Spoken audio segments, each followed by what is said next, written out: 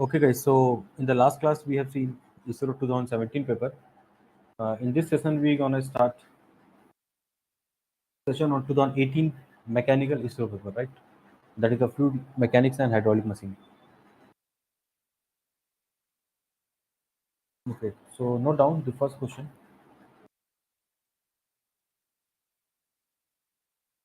The speed of an aeroplane is measured by which instrument?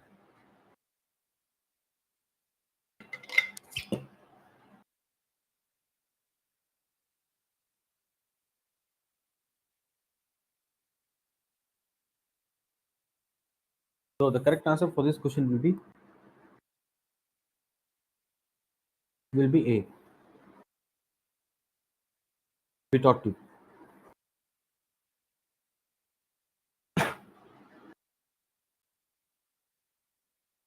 Now, why the answer is pitot tube? That is what we have to see.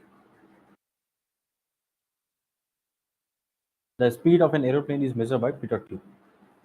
Now, when you see very carefully here, the example for an aeroplane and how we are measuring this static, there is a static vent and there is a pitot tube. The pitot tube will be just a small projection and underneath of the uh, this plane. As you can see here, this is the pitot tube, and there is a static vent which is used to measure the static pressure. So what is happening, we know that the principle of how the principle of pitot tube is there. The principle of pitot tube, basically, we have any section where the flow is happening and we want to measure this speed. So definitely we will do the some kind of vent here. We will do some venting here for what? For our static pressure, and that is static pressure is measured by piezometer, right? There will be some liquid that is going to be rise, and here we have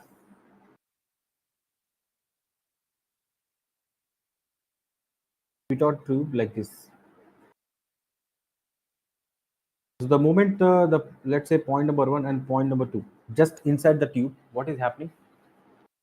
This particular tube is a pitot tube, and whatever this particular tube is there, that is a static tube. We also call piezometer. So in an analytical or in a theoretical sense, we understand that pitot tube basically measure the velocity by measuring the dynamic pressure. There is no doubt, because once we measure the dynamic pressure, that is half of rho v square. From there we can measure the speed. From there we can measure the speed. There is no doubt. But how these things will happen in the case of aeroplane, right? In aeroplane, basically, we have the static vent. We have the static vent through which the static pressure can be measured, and whatever the results will be there, that is going to send to this what we call air data module. There we don't have manual calculation. There we have electronically connected system. Through the electronically connected system, or with the help of gauge, we can measure this difference of static as well as stagnation pressure. This is the air data module, and whatever the probe is there, through this probe the data will be sent for, because everyone know that pitot tube will measure the stagnation pressure. Alone it cannot measure, it cannot give any velocity. So that is nothing but stagnation pressure, and this static vent will give you static pressure. Whatever the results will be there, that will be sent to air data module. This air data module will be getting converted to some kind of a digital format,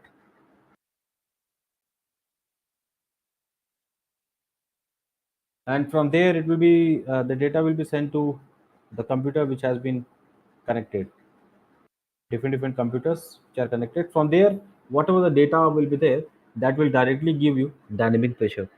Once we get the dynamic pressure, because Stagnation pressure will be equal to static pressure plus dynamic pressure. Once we know the stagnation pressure from the pitot tube, once we know static pressure from the static vent, then we can easily mention the dynamic. We can easily measure the dynamic pressure. Once we get the dynamic pressure, then we can directly calculate this whatever the aeroplane speed. Here, let's say not to call this to be u infinity, we can measure here as aeroplane speed. That is what they have mentioned.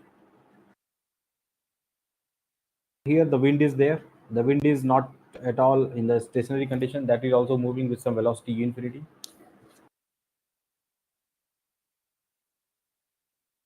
So that's how you calculate the speed of the aeroplane.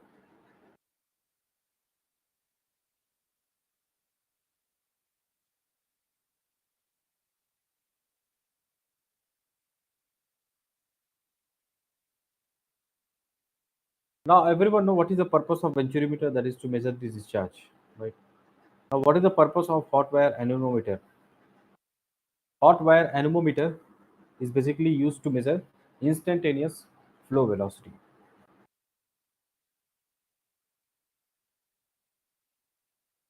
That doesn't mean that we're gonna employ this anemometer in the aeroplane. No, it is used to measure the instantaneous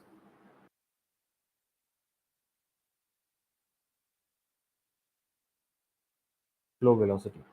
If you want to read and something about the working principle and all, like which stone bridge is there and all, that you can read it from instrumentation and control ICT books. If you follow ICT books, there any ICT book you can take and you can refer that.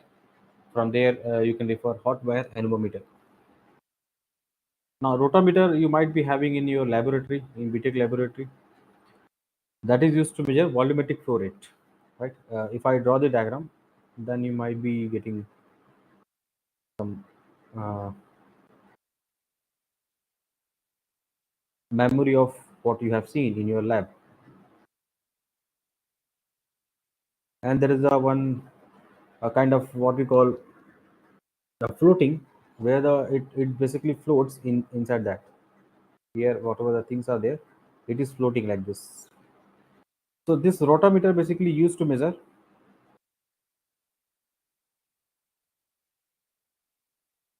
volumetric flow rate.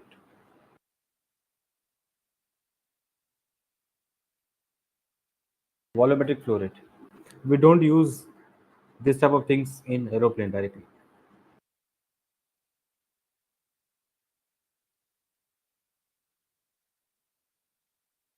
So that's about the question number one uh, in this particular set.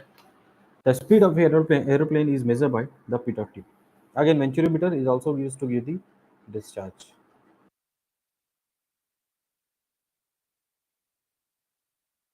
But you please try to read this, read something about hot wire anemometer. What is the working principle? They can ask this here in ISRO. What is the meaning of rotometer? Which kind of material we use for the floating? On what principle it is working, and what is the formula for giving this volumetric flow rate? All those things you please try to study, right? Because they can make one MCQ question based on this separately on hot wire anemometer or rotometer, right? Because you do not compare ISRO syllabus with the gate mechanical syllabus. That's a completely different scenario, right? They follow engineering services syllabus. Whatever the syllabus in engineering services are there, they're gonna follow that. And in engineering services, we have everything. Everything means everything. ICT we study there for the prelims exam. So again, you have to study there, right? Now note down this dimensionless number. Whatever the Euler dimensionless number is there, that is used to basically it relates which are all the forces. So for that we will study some dimensionless number here. We will study some of the dimensionless number for having the clarity about the different what we call dimensionless numbers. Now, very first of all, what are all the forces we have? We have a lot many types of forces where the resultant of all the forces, will be what? Inertia force. Now, when we talk about the Euler's number, when we talk about the Euler's dimensionless number, it is giving you the ratio of two things. One is the inertia force, and second thing, it will give you the pressure force. It will give you the ratio of inertia force to the pressure force.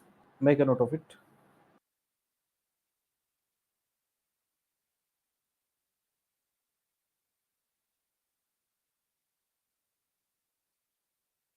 It will give you the relationship between the inertia force and the pressure force. C will be correct. But again, that is not we're gonna discuss here. We will discuss some of the other dimensionless number and its application. That is a very important, because other dimensionless number can also be asked here. So here you do note down the next thing, dimensionless number.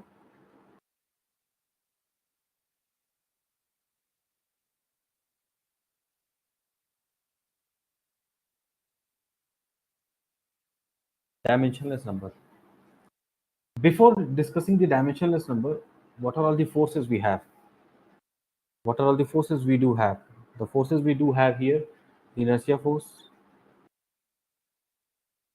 mass into acceleration. We can also write in terms of rho lt. We can write rho lq. Acceleration we can write velocity by time. Now here we can write rho l square v square. That is what you have inertia force. What is the viscous force? We have tau into area. Then we have tau. By the Newton's law of viscosity, you can write mu into v by L into L square. That will be mu v L. That is the viscous force. What is the pressure force? That is P into area, P into L square. What is the surface tension force? Surface tension force will be sigma into L. Right. So these are all the things which are very important. What is the elastic force? Elastic force will be K into L square. K into area, where K is what? What is the K? Mach number is a ratio of what? Inertia force to the which kind of elastic force?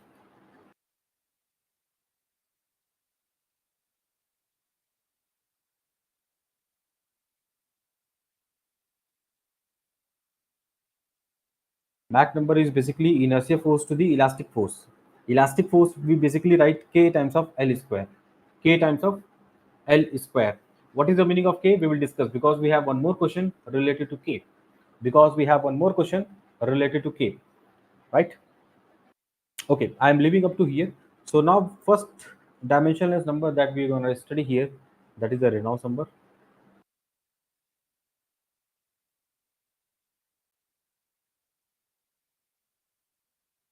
Reynolds number, note down. Here we have the Reynolds number. It is the ratio of inertia force to the viscous force. It is the ratio of inertia force to the viscous force. Note down.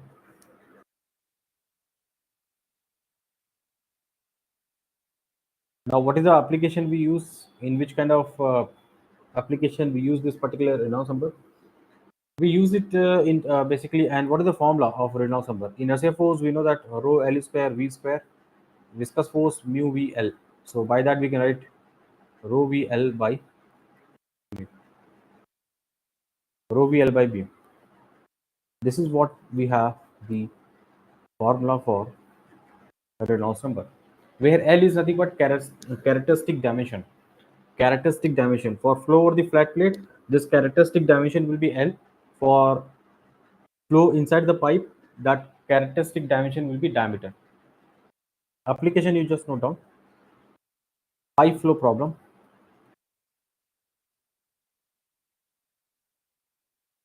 Pipe flow problem. Second, you can write the boundary layer flows. Flow around the submarines.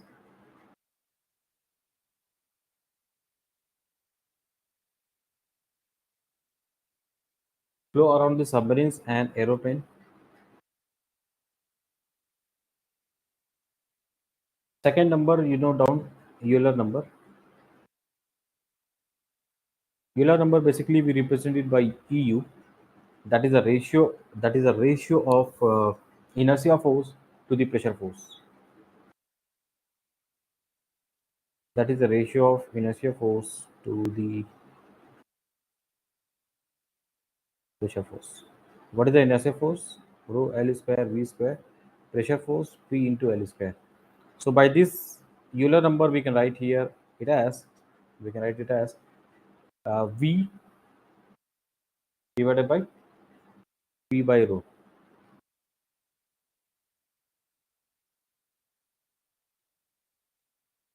V divided by P by rho.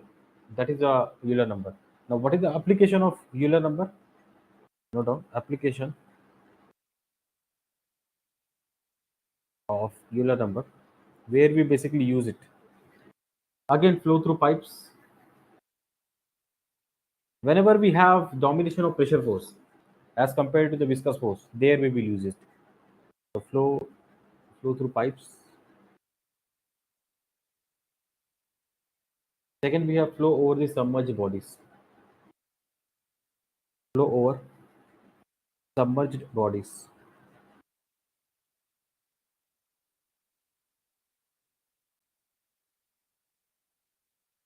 Right.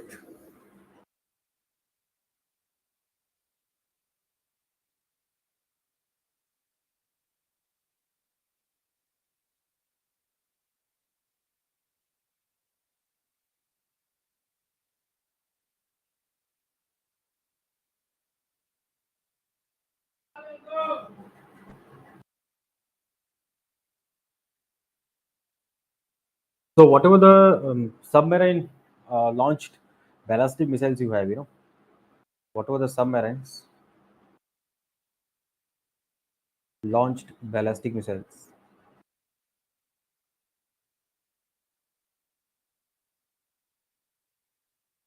there we will use this particular Euler number, or we call Euler number. Whatever the different types of missile we have, one missile is based on the submarine, right? From the basically just like a submersible tank, from that particular tank we launch the missile. There, the pressure force will be dominating, so we will use in the designing of missile, right? Again, I'm not going into the deep of that. You can study from Google or other ResearchGate websites about those things. So now, coming back to this third dimensionless number, I would like to tell you that is a fluid number. Fluid number.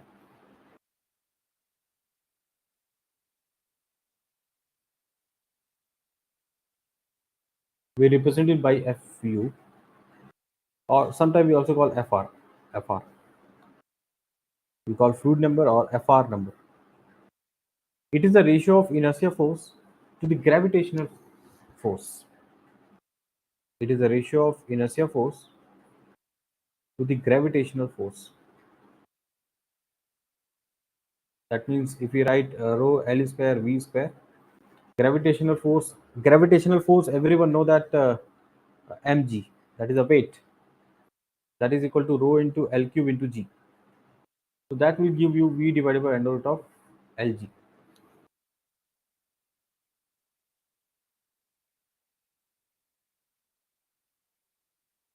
Okay, what is the application?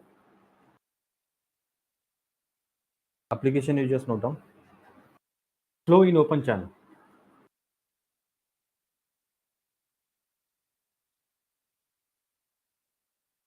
Flow in open channel. Second application you can note down: surface wave motion created by the boat. Surface wave motion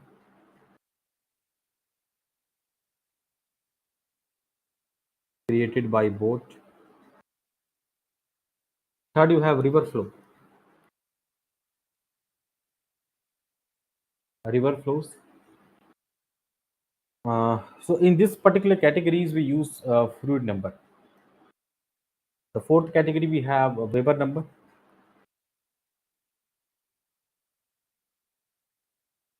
We denote it by WE. WE. This is the ratio of inertia force to the surface tension force. Now inertia force, everyone know rho L square V square. Surface tension is sigma into L. So by this it will give you Weber number. It will give you the formula V divided by under root of sigma divided by L into rho. Sigma divided by L into rho. That is the formula of Weber number.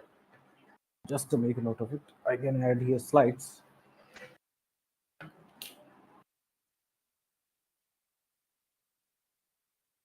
Again, I'm saying do not be in the misconception that only by solving the previous year question you will be the ISRO scientist.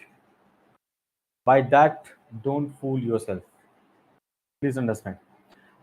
Whatever the previous year question they are asking, you can take it as a Bible, and after that, surrounding each and everything, why these other options has been given. You please try to think about that, right?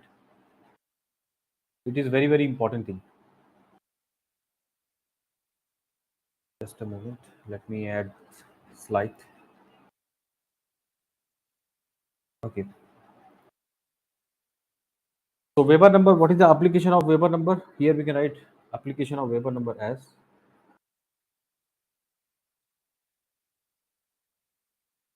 capillary tube flows.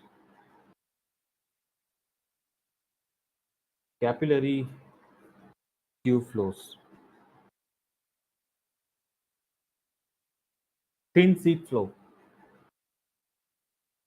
Thin sheet flows. These are the applications where we use this what we call Weber number. Then we have Mach number. Mach number, you might all be very much fascinated, and you must be knowing. Already, you must be knowing about this those things. But again, we will discuss. Even though you know those things, we will discuss. Note on the next dimensionless number. In fifth position, we have Mach number. Note of Mach number. Mach number, everyone know, but they don't know anything about the what is the. It tells you about which are all the forces. They know only V by C, V by C, V by C. So please note down. Ratio of inertia force. It is a ratio of inertia force to the elastic force. To the elastic force. Now again we will write here what is the inertia force? Rho L square V square. Now elastic force K times of L square. Now what is the meaning of K? What is the anyone know? What is the meaning of K?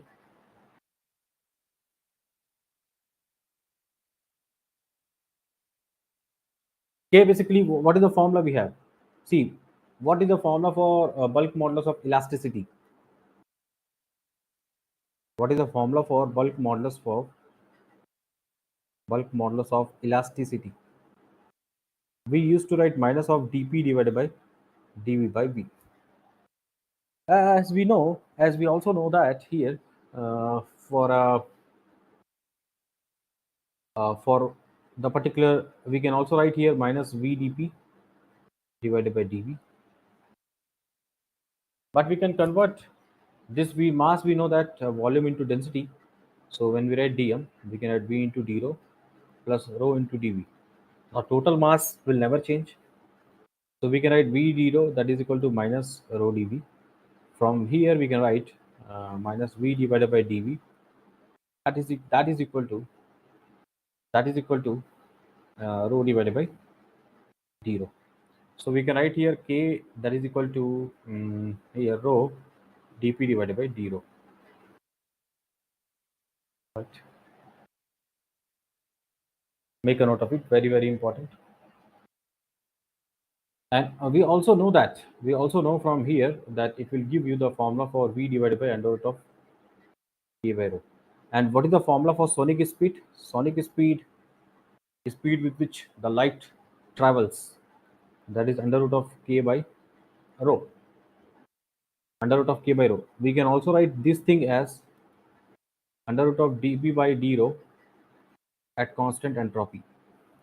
Means at constant entropy we can write isentropically dp by d rho, and that dp by d rho from this relation we have k by rho. That means what you are understanding, when c sonic speed will be more and more, incompressibility.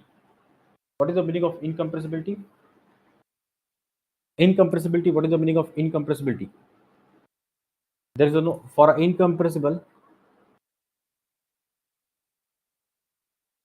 incompressible material we have d rho, that is zero. Change in density will be zero. When change in density will be zero, then k will be infinity. Then k will be infinity, my dear friend. For incompressible material, k will be infinity. What is a what we call compressibility? What is the meaning of compressibility then? It is a reciprocal of the bulk modulus of elasticity. It is a reciprocal of the bulk modulus of elasticity. Note down.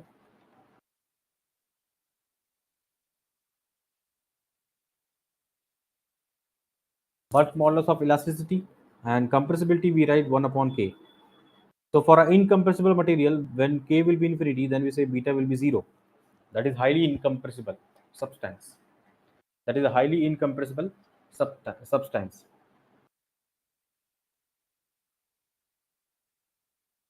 And what is the one more thing that is a very very important over here? The one more important thing is that c will be also be infinity. C will also be infinity because c will be under root of k by rho. When k will be infinity, c will also be infinity. For in a particular incompressible substance, the speed of sonic speed will be like a very very high.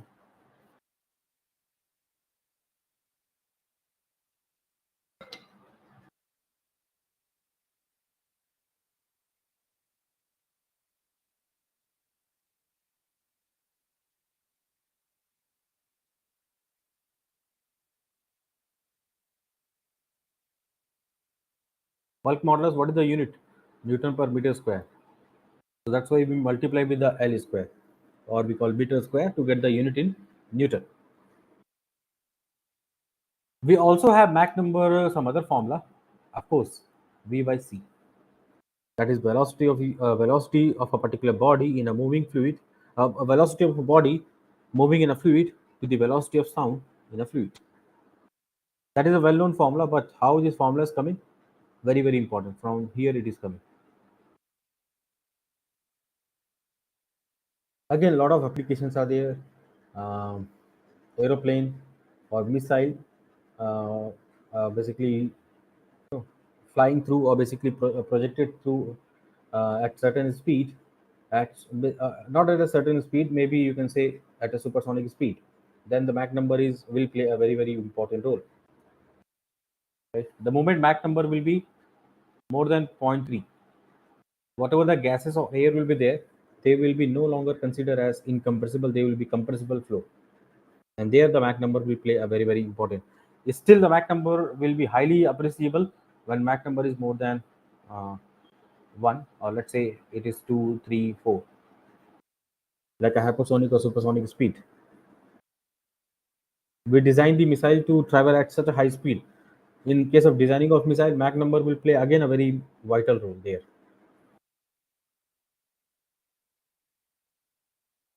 But again, there in the case of designing of missile, we do consider a lot of other things also, not only Mach number, because when it will flow at a very very high speed, drag force will be acting, viscous force will be acting. Again, Reynolds number will be coming again into the picture. So there we will use 2 3 dimensionless number, right, in the designing of a particular component.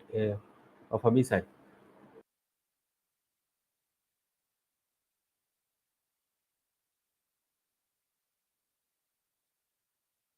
So these are the things which are a very very important aspect of Mach number and whatever the dimensionless number we have seen here. So the correct answer will be pressure force and inertia force, Euler number. Now, try to see this particular question, question number 12.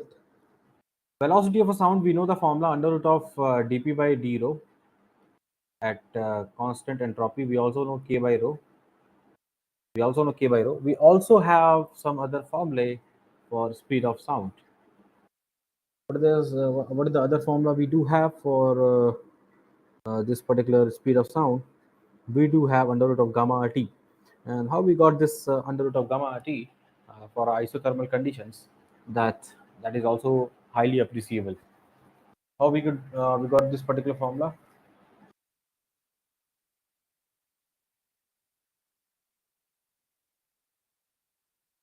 30 days.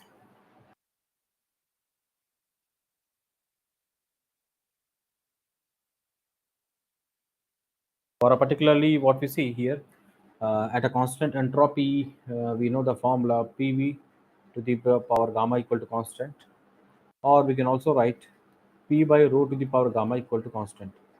If you write a specific volume that is a reciprocal of the density, we can write P by rho to the power gamma, that is going to be constant. From here, P rho to the power minus gamma, that is constant. Here you try to find dp by d rho at a constant entropy, because this relation is valid for, there is a certain condition, it is only valid for reversible and adiabatic, not for irreversible and adiabatic process. So P into minus gamma rho to the power minus gamma minus 1 d rho plus rho to the power minus gamma dp, that is 0. From here, if we take p into gamma divided by rho to the power gamma plus 1 d rho, that is equal to rho to the power gamma into dp. Now from here, dp by d rho at constant entropy, what you are finding? You are finding that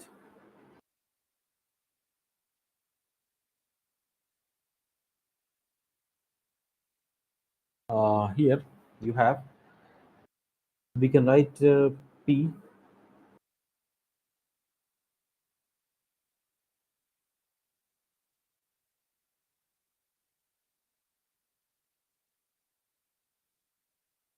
that is rho to the power minus gamma 1 upon, okay, we can write here this thing it as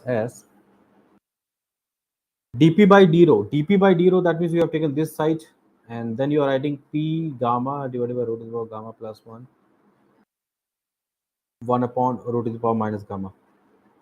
So that sort of thing will give you gamma into p by rho, and that will be dp by d rho at constant entropy, right? Now we will try to put there, we will try to put c is equal to under root of gamma and p is equal to what? Rho RT. So rho RT divided by rho. That will give you sort of expression for this thing, that is c is equal to gamma RT. Once we know formula, they are mentioning that velocity of a sound in a gaseous medium at a temperature of 400 Kelvin is 400 meter per second. If the temperature of the medium has been increased to 600 Kelvin, the velocity of the sound will be what? C2 by C1 under root of gamma RT2 T1. Same gas is there, gas mass is not changing, so R will not change. So from here, C2 by C1 will be under root of 600 by 400. That C2 will be 400 meter per second into under root of 1.5, and that sort of thing will give you the answer. The answer for C2. What is that? So that will be like a 489.898 meter per second, and that is approximate to 490 meter per second. That will be the answer for C2. Compressible fluid flow, you please do not ignore. You might Can ignore for GATE exam, but do not ignore for ISRO exam. Every year, one or two question they are asking from that particular topic. That topic is not there in engineering services, but still it is there in ISRO.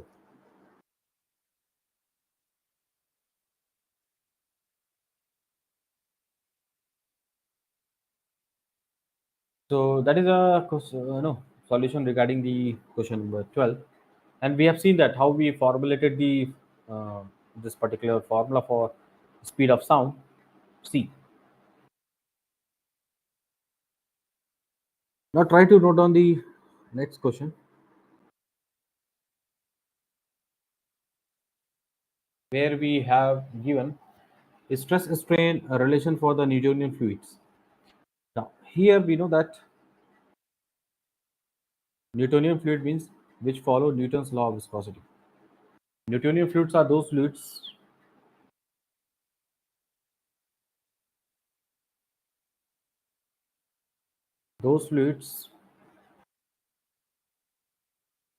which follows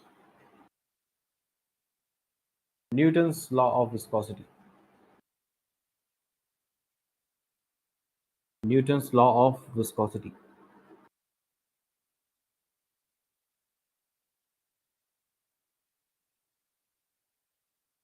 Newton's law of viscosity. Now, what are all the examples of Newtonian fluids? What are all the examples of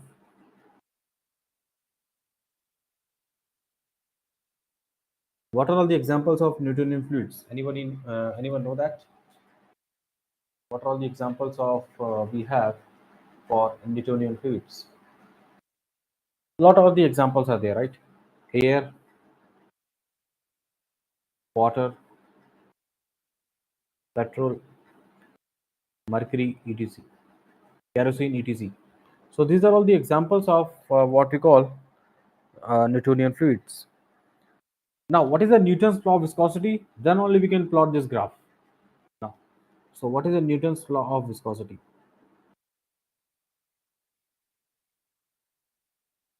Newton's law of viscosity. According to this law, the shear stress will be, according to this, shear stress will be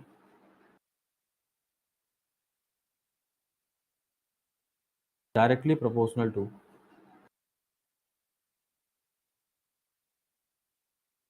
according to this, shear stress will be directly proportional to velocity gradient,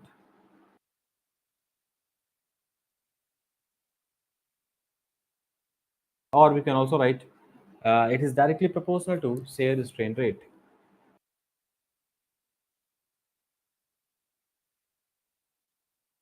Shear strain rate. Now, what is the shear strain rate? Gamma xy dot. We write dou u by dou y plus dou v by dou x. Again, the flow is happening only, we are considering the flow to be only in a 1D flow. So this thing will be 0. So we have this shear strain rate. That's why they mention stress strain. Which stress strain? Shear strain rate for a Newtonian fluids. That means shear stress is directly proportional to du by dy, or it is directly proportional to gamma dot. This is a y is directly proportional to x. Y is what? Mx. We have a straight line for a Newtonian fluids. So what is the stress strain relationship for the Newtonian fluids? Linear. For a non-Newtonian fluids, we do have non-linear variations like a parabolic or something called other non-linear variations. Make a note of it.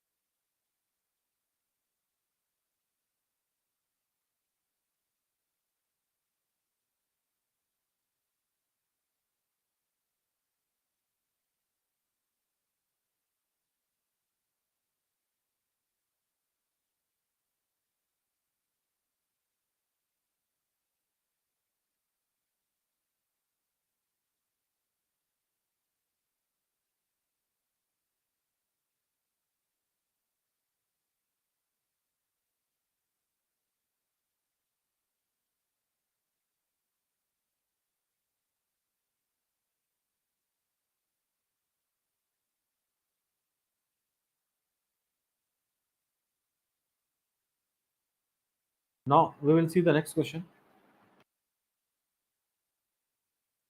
again. So you can see the how important that's speed of sound for ISRO. Every year they are putting one question. In fact, you see before 2015 also a lot of questions are there based on speed of sound, speed of sound, speed of sound. Because your rockets are totally depending on this speed of sound, the designing of rockets. So here we have bulk modulus and density. We know that the formula under root of k by rho. You can match the unit also. What is the unit? The unit will be k will be Newton per meter square, kilogram per meter cube, and that sort of thing. 1 Newton will give you 1 kilogram meter per second square, and that if I put here,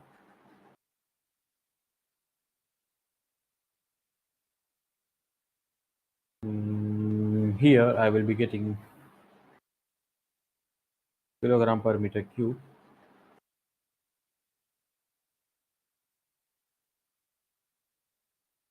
So I will be getting here,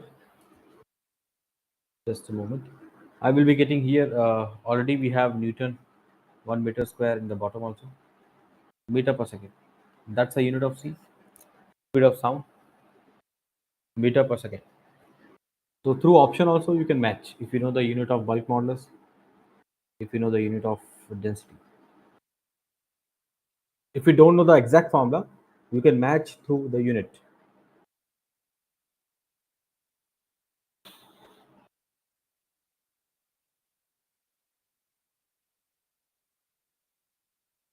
Note on this question.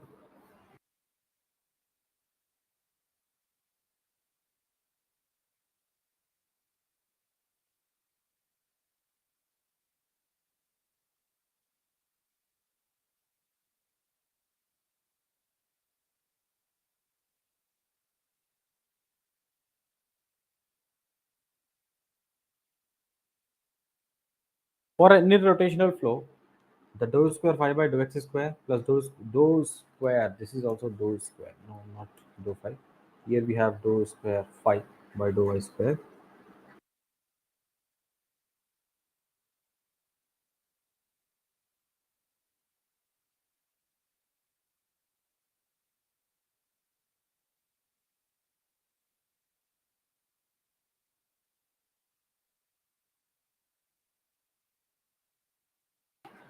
Everyone know that for a irrotational flow. Let me give some background so that you can come back to this question.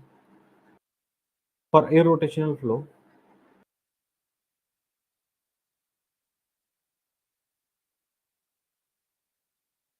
for irrotational,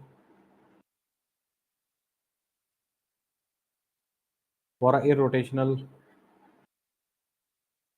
flow, what is the phi will exist? The velocity potential function will exist. What is the phi? Velocity potential function.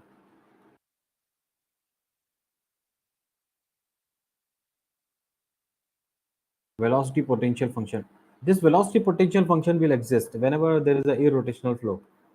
But that irrotational flow is a possible fluid flow or not, that will be decided by which equation? A continuity equation. So we know continuity equation, a 3D general continuity equation, we know dou u by dou x, dou v by dou y, incompressible for incompressible flow. This phi need to satisfy this equation. For 2D we can write dou u by dou x plus dou v by dou y, that is equal to 0. For an incompressible flow, your phi velocity potential function that need to satisfy this equation, left hand side equal to right hand side, that is 0. Now what is a u? U we know that dou phi by dou x, and we know according to definition of velocity potential function dou phi by dou y. According to definition, what is the definition of velocity potential function? Again, we have defined in our last class stream function. Just like that, what is the definition of velocity potential function? Velocity potential function is a function, basically function of it is a basically scalar function of space and time. It is a scalar function of space and time, such that the partial differentiation of this function, which function, velocity potential function, will give me velocity partial differentiation with respect to any direction of this function will give me velocity in that directions. If I differentiate with respect to x, I will be getting velocity component in that direction u. If I partially differentiate with respect to y, I will be getting velocity component in that direction, right? So here, if I substitute dou by dou x of dou phi by dou x plus dou by dou y of dou phi by dou y, that is equal to 0. So I will be getting dou square phi by dou x square plus dou square phi by dou y square. Sorry, this left hand side need to be equated to 0. Left hand side equal to right hand side. That is the thing we do have.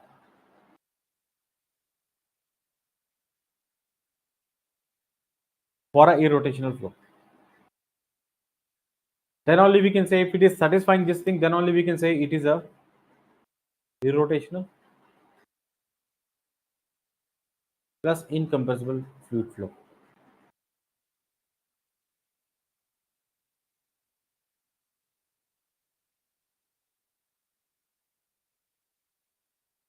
No. So these are the things regarding this question. So for irrotational flow, dou square phi by dou x square plus dou square phi by dou y square, that is equal to 0. We also write this thing as del square phi, that is equal to 0. And this equation we call Laplace equation. This particular equation we call Laplace equation. So which option is correct? C will be correct. Make a note of it.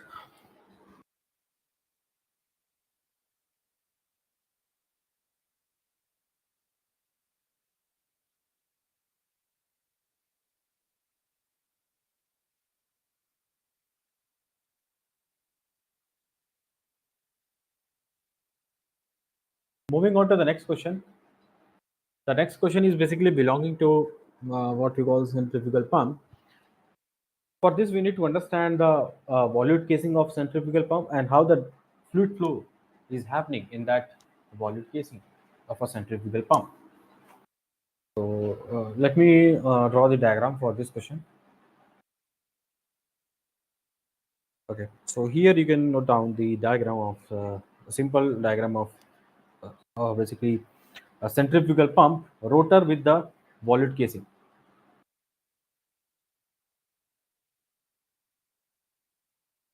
So I'm just making a very rough diagram.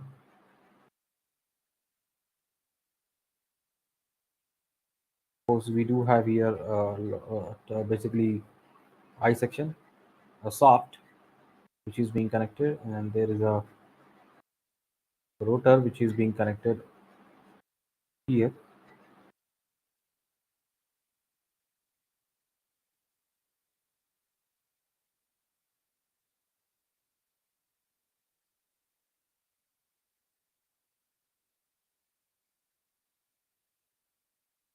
We have multiple rotors. I have just shown you for the references here only the four rotors, and here we do have here what we call again stator also.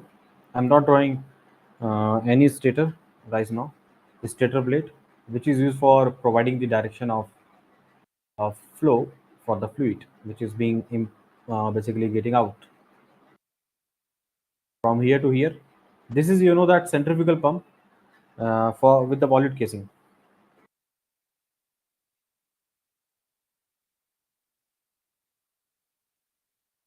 With the volute casing. So here, this is everyone know that centrifugal pump is a what we call outward flow reaction turbine. Outward flow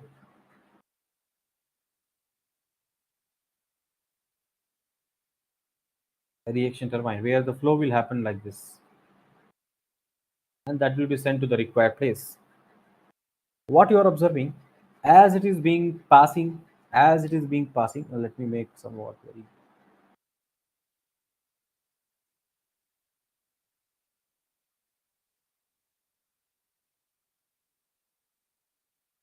here. Intentionally I'm just increasing the diameter. Intentionally I'm just increasing the diameter of volute casing as it is going forward. As it is going forward, so I'm increasing. Again, there cannot be any bent like this. It has to be straight.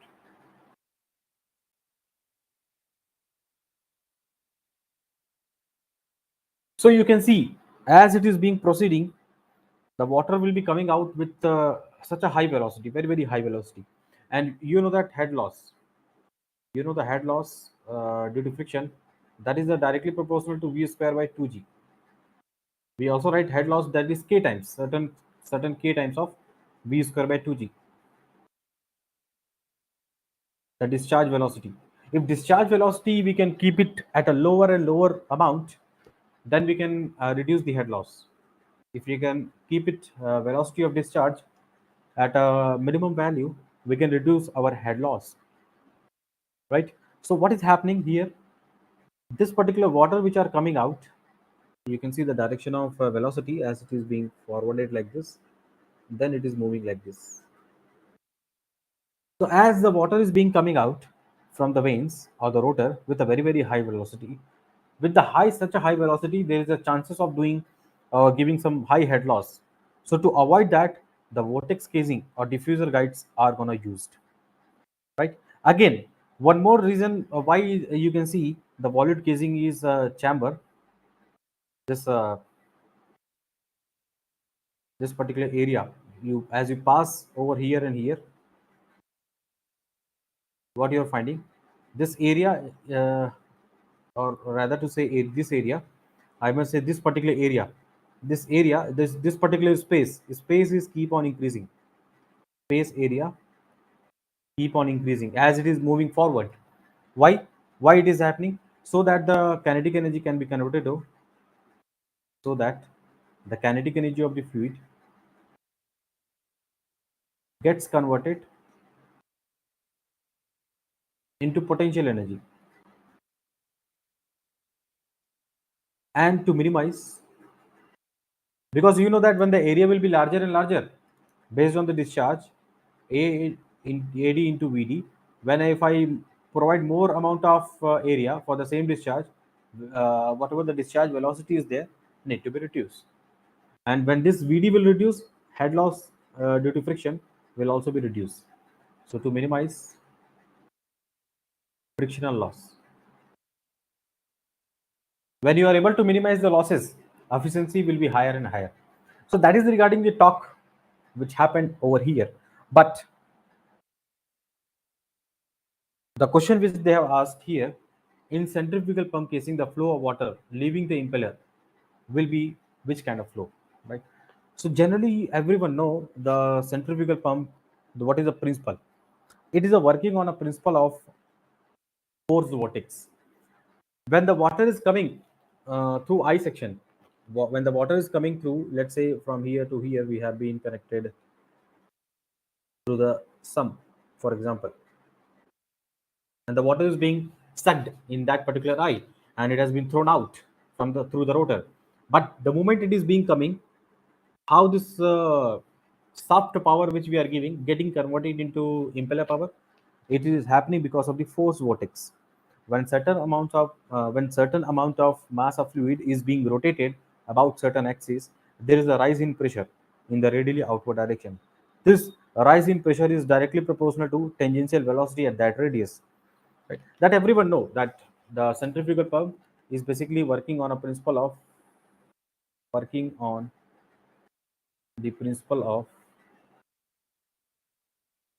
forced vortex.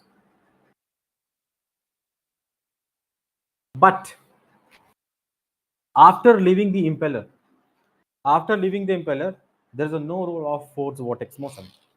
After leaving the impeller, there is a no role of force vortex motion, right? What I'm saying here, you have, let's say, certain amount of a blade. I'm just focusing on a blade, one blade, or let's say here one more blade, and you have a rotor, you have a stator, You have further volute casing and all. I'm not bothering about that. So here, when the water is being coming out through this uh, shaft to what we call here readily outward, it has been there till this point, till the point. Let me mark here with the blue color. Till this, you have what we call forced vortex is there. Forced vortex motion is there.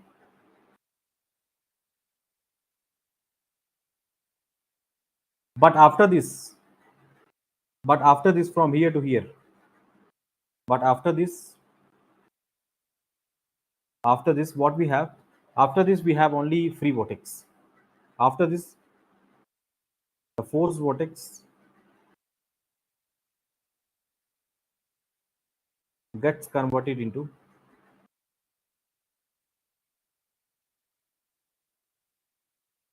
free vortex. So that now in the free vortex, you know that there is a no external torque is required. So we will be what? Inversely proportional to radius. As you move along the radius will be keep on increasing. The radius will be keep on increasing from the center.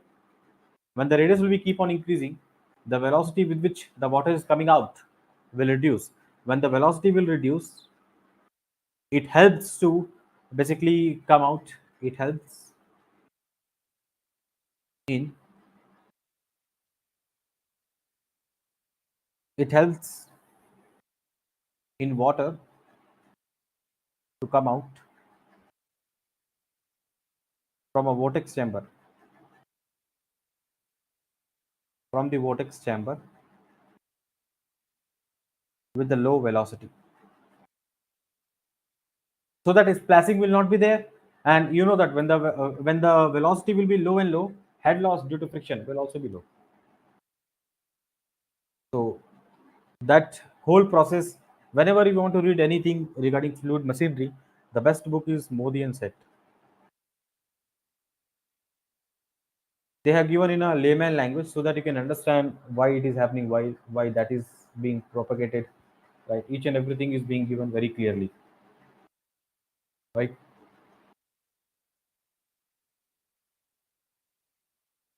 Sometime if they will be asking you here, we provide after this, we provide guidance like this. If I show you guidance will be provided like this. Here we provide the guidance. Let's say you have here the bleeding, but again you have a guidance like this. Why we provide the guidance? We provide the guidance so that water turbulency can be reduced, so that it will smoothen the flow. Whatever the flow is there, that can be very smooth flow will happen. But this particular guidance will be used. This particular guidance, this is a rotor. These are the fixed guidance, right? Basically, it is used when a pump is operating in a series. It is used when pump operates in series. So through this question, I have given all the inside view of a particular centrifugal pump. And please, if you are not able to understand, you can just search. This is a very important. On what principle your centrifugal pump is working, right? Because when you rotate certain amount of mass of fluid, as it is happening over here, because the rotor will apply some kind of torque, and what will happen? The pressure will rise. That pressure will rise, and that is what the principle of centrifugal pump. So the correct answer will be free vortex motion. When they asking in centrifugal pump, the flow of water within the impeller is what? Force vortex. Within the impeller. Impeller means rotor. Within the impeller, but just outside of the impeller, just at the tip of the impeller, the flow will be getting converted to free vortex motion. There is no such a flow called rectilinear flow or a radial flow. Radial flow, particularly blades, we don't follow in case of centrifugal pump. we follow backward uh, flow particular bleeding, or we call backward bleeding profile. Now, note on the next question.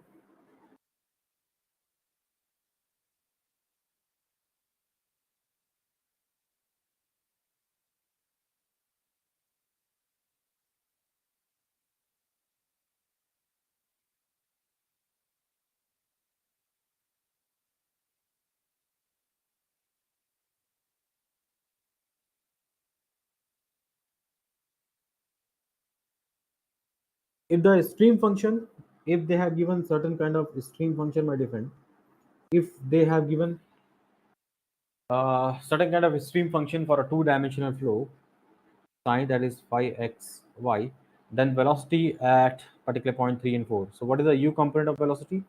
U component of velocity, we know that dou psi by dou y. And what is the v? Minus of dou psi by dou x.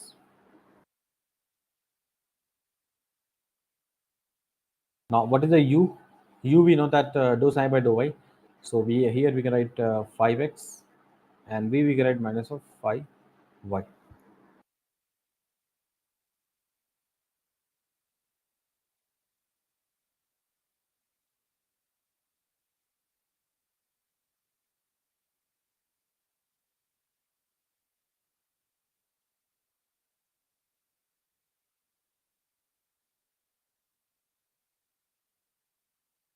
Now this is sort of things which are very very important.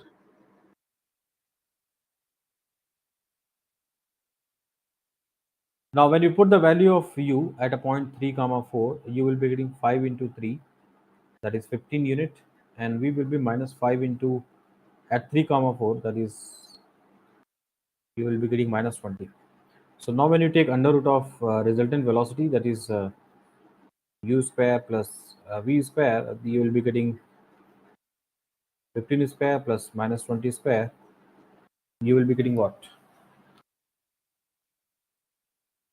Under root of 625, you will be getting 25 meter per second. A should be correct.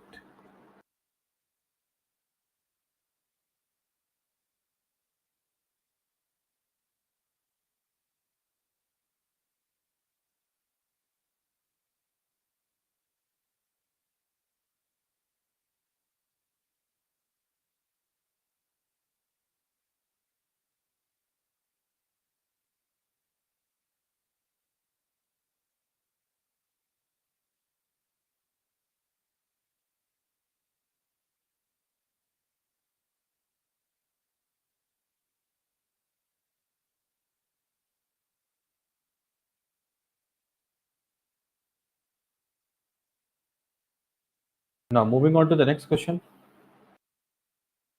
A glass tube of 8 diameter is immersed in a water.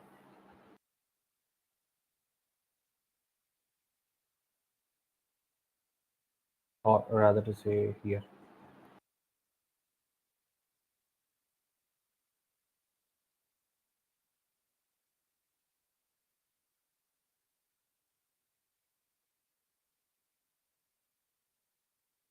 Here when we write here, when we insert the tube,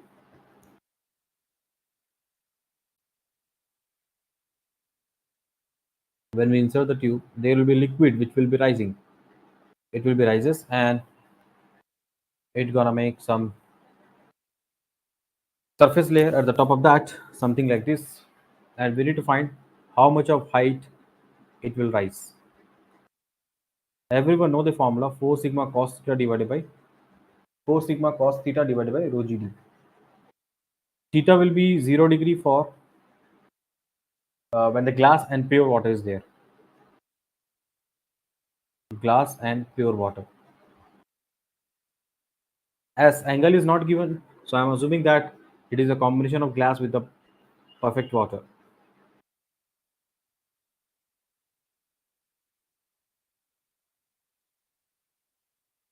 Now what is the h value? We can write 4 into sigma. What is the sigma? 0.0075. Cos 01. Density is 1000. G is what? 9.81. Diameter is 8 into 10 power minus 3. So this will cancel out, and when you calculate 4 into 0.0075 divided by 9.81 divided by 8, you will be getting 4 into 0.0075 divided by 8. Now, here if you divide by 9.81, you will be getting approximately 3.823 mm. But if you take G value as 10, G value if you take 10 instead of 9.81, you will get the exact answer.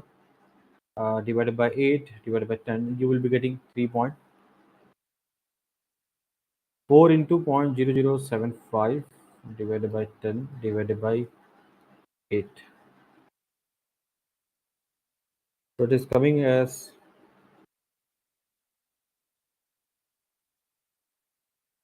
if you just calculate,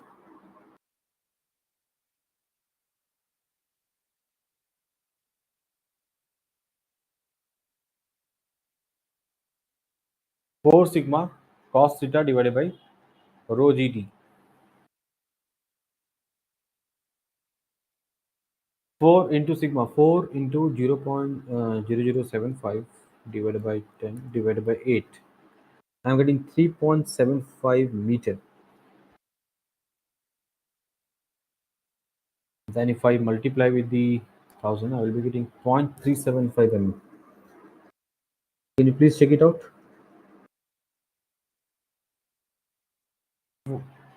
Just check it out. If any calculation mistake.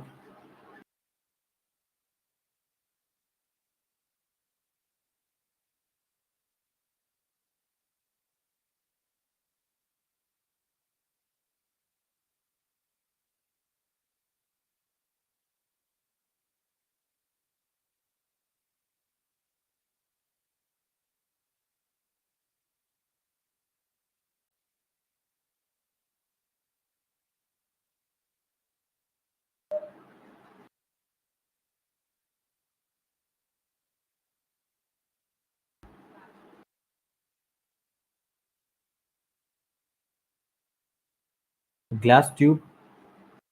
Please try to solve it. How much of answer you're getting, guys? 0.0075 is a surface tension value. That is a unit having what? Newton per meter.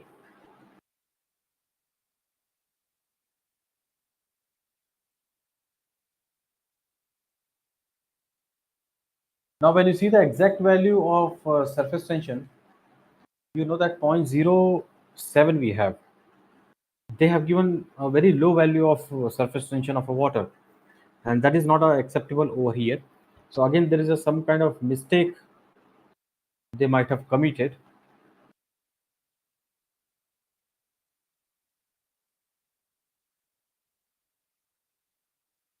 Here, see, because when you see the sigma of surface tension of water and air, surface tension of water and air, we know that it is approximately 0.073 Newton per meter. So it is given very low value. So what I will be doing here, I am multiplying here with the 10 approximate. If I multiply that with the 10, I will be getting 3.75 mm. Because I don't know exact question, but if that is the exact question, then they might have given 0.0075, not this value. They might have given 0.075 like this, Newton per meter or kilogram per meter. Because when you check the unit also, no, see, that is correct. Because when you check the, see, this is a good question. Now here when you check the unit, that is not Newton per meter, guys. Here, sigma of water, whatever it is given, that is 0.0075 kilogram per meter they have given.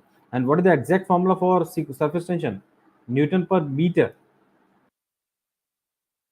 Definitely I need to multiply with the G here, so that I will be getting Newton per meter, because G is what? Meter per second square into kilogram per meter. So in that way, I will be getting what?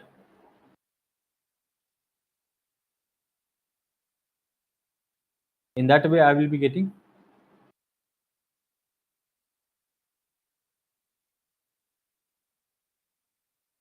the unit in terms of meter, right? If I multiply with a G here, so please understand here G, if I multiply with the 10, here also if I will be writing here as 10, so I will be getting here, if I G value, if the G value I am taking it as 10, so it will cancel out, so it will give me 3.75 mm.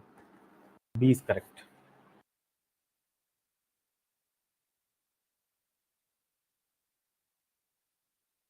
So remember the unit, you need to be very, very careful, because if you write the mass in kg and what is the 1 newton, we have to multiply with the m into g to get the unit in newton. So divide by meter, everything that is correct, but in numerator we have kg. If you want to get convert into meter, I need to multiply with the g value, right? Just here you can take the reference 1 newton 1 mg, like this. So definitely it's a good question. They have given g value already, multiply here, we have to multiply with the g here into g. G and G will cancel out anyway. Either you're taking 9.81 or 10. It doesn't matter here. Correct answer will be 3.75. This is the correct.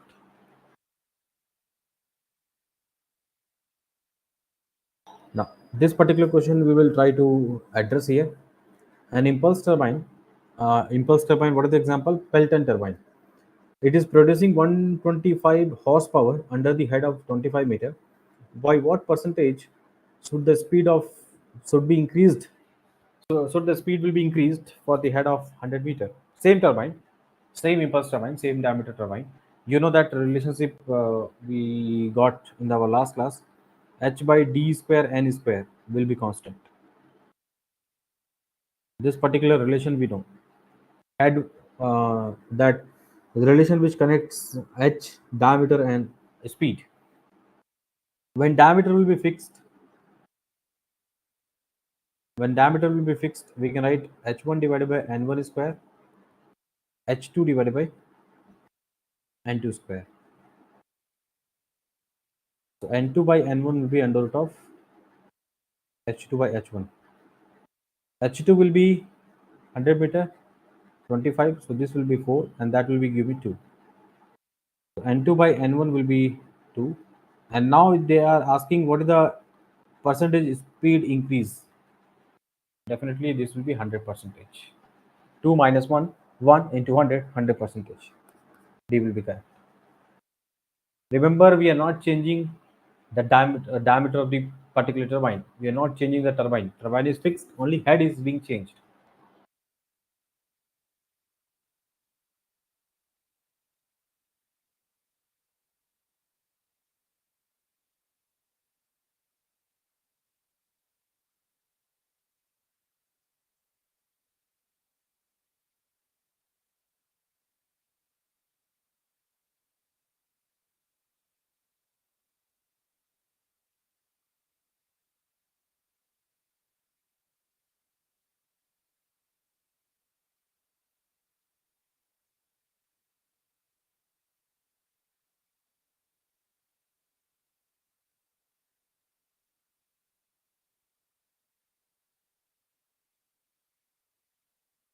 Now, when we move on to the next question,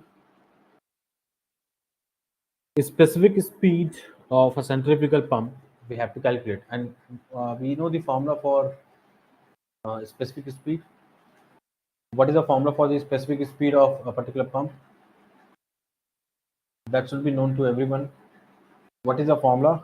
We know the formula, that is n ns will be equal to n into root q hm to the power 3 by 4. This is what the formula we have for a particular uh, a specific speed of a particular pump. But the important thing is that unit. Here n should be in rpm,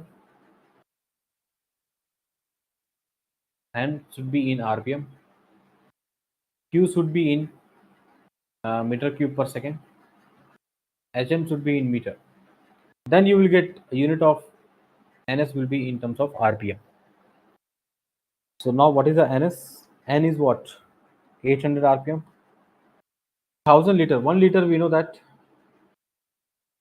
10 power minus 3 meter cube per second.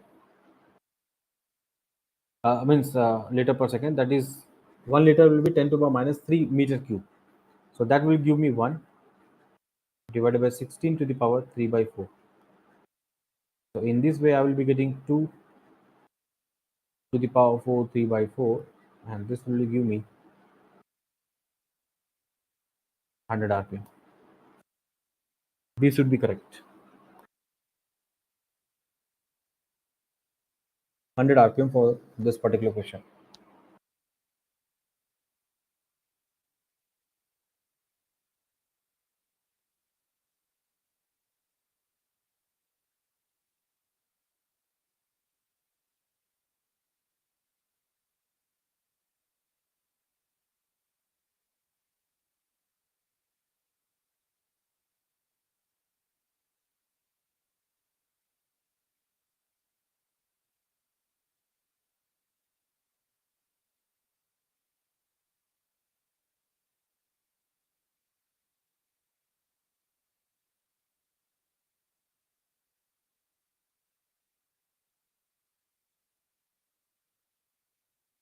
Moving on to the next question. A pipe of 1.1 meter is suddenly being basically enlarged to the 0.5 meter square area. They are saying the quantity of the water which is flowing in is basically zero point 0.5. Then they are asking what is the head loss due to sudden enlargement.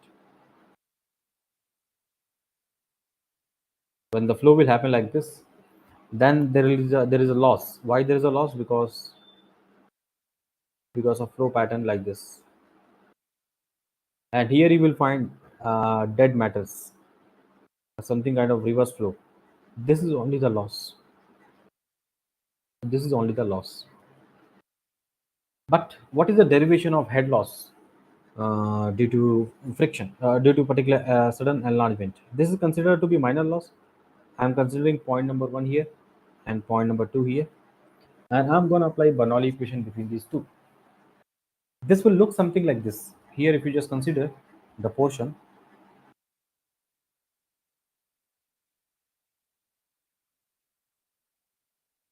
here P1 pressure is being applied over the area of A1, because this is the diameter, let's say D1, and here we have the diameter D2. Here we have applied pressure P2 into A2, and here whatever the pressure we are applying, experimentally it is being founded that this particular pressure is P1, this particular pressure force is P1 into, again, A2 minus A1. So now apply the Bernoulli equation between 1 and 2. You can consider 1 here, and very close to here you can consider point 2. Apply Bernoulli equation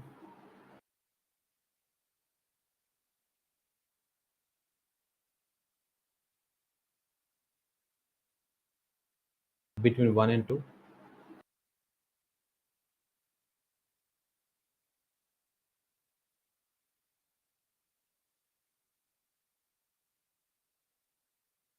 Plus Z2 plus head loss I'm considering due to minor loss. HL will be what?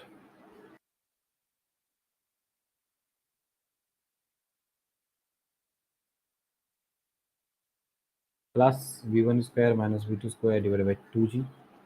Now here we will apply momentum equation also. Momentum equation.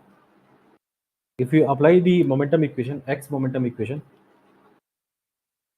P1 A1 minus P2 A2 plus P1 into A2 minus A1, that is equal to mass flow rate into V2 minus V1. So what I will be getting here, P1 A1 minus P2 A2 plus P1 A2 minus P1 A1. That is equal to rho into A2 V2 V2 minus V1. So from here we can write P1 minus P2 by rho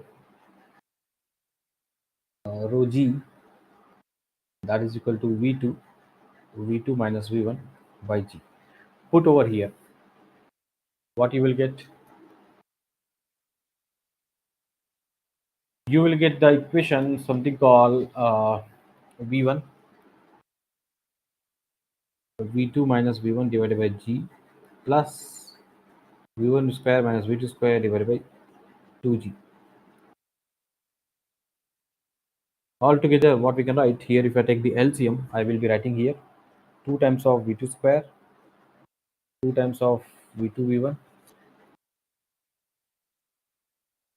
by 2g. So HL will be here, we can write v1 square plus v2 square minus 2 v1 v2 divided by 2g, and that will give you v1 minus v2 whole square divided by 2g. That is the head loss due to sudden enlargement. In our particular question, they have been asking the area 1 is 0.1, area 2 is 0.5. Then what is the relationship between velocity? Discharge they have given 0.5 meter cube per second. From here we can calculate 0.5 a1 v1. A1 is 0.1 v1 will be 5 meter per second, and we can write here 0.5, that is 0.5 into v2 we can write 1 meter per second. So when we put here 5 minus 1 whole square divided by 2 g, if you just consider like a 10 only here, 4 square divided by 20, 16 by 20, 0.8. So what is the head loss due to sudden enlargement? 0.8 meter. Which option is correct? C will be correct. C will be correct over here.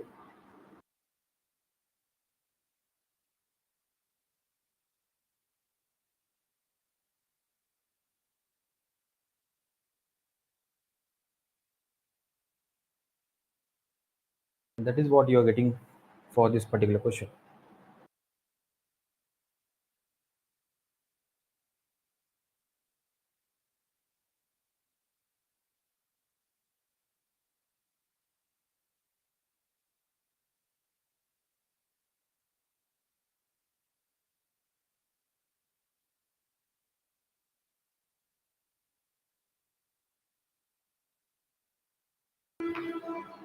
Moving on to the next question. Again, little bit tricky question. Efficiency of a centrifugal pump. Efficiency of a particular centrifugal pump will be maximum when the blades are which kind of blades? Forward, backward, or radial? So we need to understand the blading profile of that. Here, based on the rotation, we can classify. If it is rotating like this and your curved blades are being forwarded, basically bent in the opposite direction of rotation, we call that to be backward blades. See, the motion is in a clockwise direction, but they are bent in the anti-clockwise directions. So that is a backward wins or blade. When you consider here profile to be like this, we are rotating like this omega, but now it is a radial blades. We have again certain things where we are rotating with some omega, but we are rotated this blade profile in the same direction as the rotation. That is a forwards. We have bent this blade in the same direction of rotation. See that bending has been done in clockwise direction as in the sense of rotation.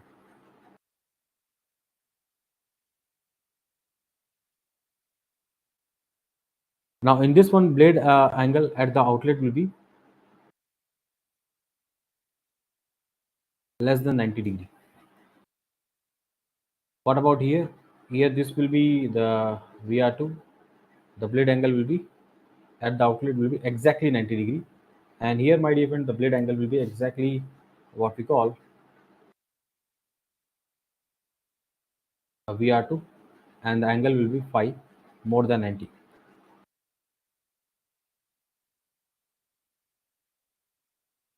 Blade angle at the outlet.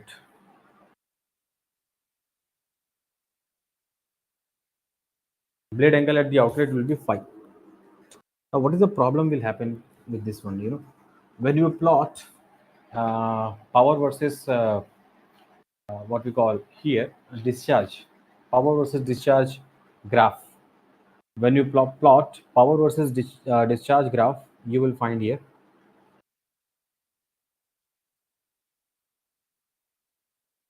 power P versus discharge Q. What you will find that the curve blades which are forward, they will be like this.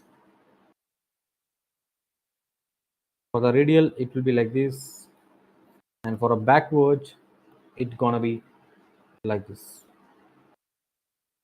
For phi less than 90, for phi equal to 90, for phi greater than 90. When you try to increase little bit of discharge, you try to increase little bit of discharge. Let's say here, you are increasing the discharge for all, let's say Q1 to Q2. When you try to increase the discharge because of sudden requirement, right, that is a time dependent incident that will happen, that you need to suddenly increase the discharge.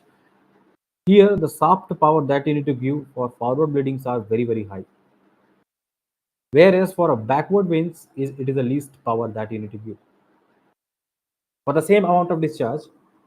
For the same amount of discharge, for the same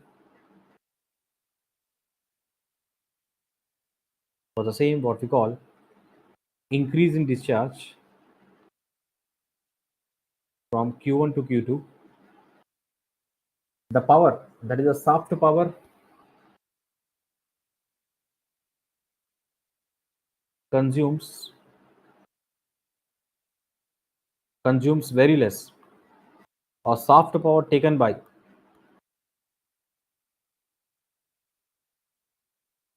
what we call backward winds are very very less.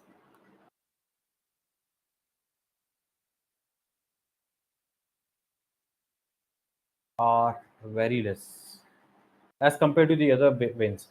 So that's why we use backward winds whenever we want to have more efficiency, because overall efficiency when you write, then you can write water power divided by soft power. And when you take a little bit of soft power to produce the water power, for the same water power in case of all the three blading, definitely when the soft power will reduce, efficiency will increase. Of course, that is the input data, but if you take less input providing the same water power, then there is no harm in that to get the more efficiency as compared to the forward blading or radial blading.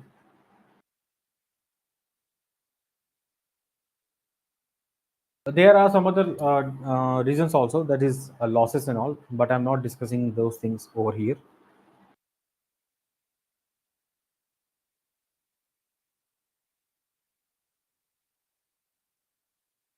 You can write here soft power rather than power. Soft. When you provide with the help of motor electrical energy, shaft of the motor will rotate. Shaft of the motor is connected to the shaft of pump, that will also rotate. When the rotor will rotate, force vortex motion will be produced in the water, and it will be start producing some kind of head. Head means you can send the water from lower level to higher level in your tank, in your septic tank, or maybe tank which are situated, you know, at some roof, at particular your house roof only, right, not at the bottom floor. So definitely you have to send the water. What you are using? Centrifugal pump.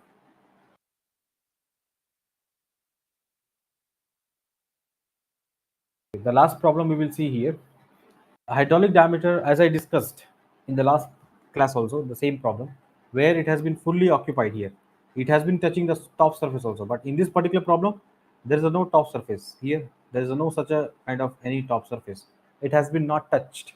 So how much of hydraulic diameter? 4 into cross sectional area by weighted parameter. 4 into a into b. Weighted parameter will be b a a a b, 2a plus b. Which option is correct? A will be correct.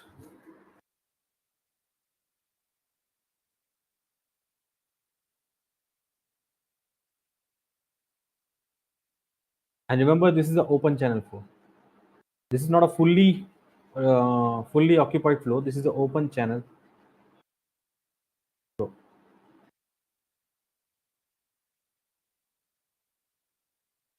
Again, this is a somewhat civil topic, but again, they have given just to know whether you know this meaning or not, meaning of weighted parameter.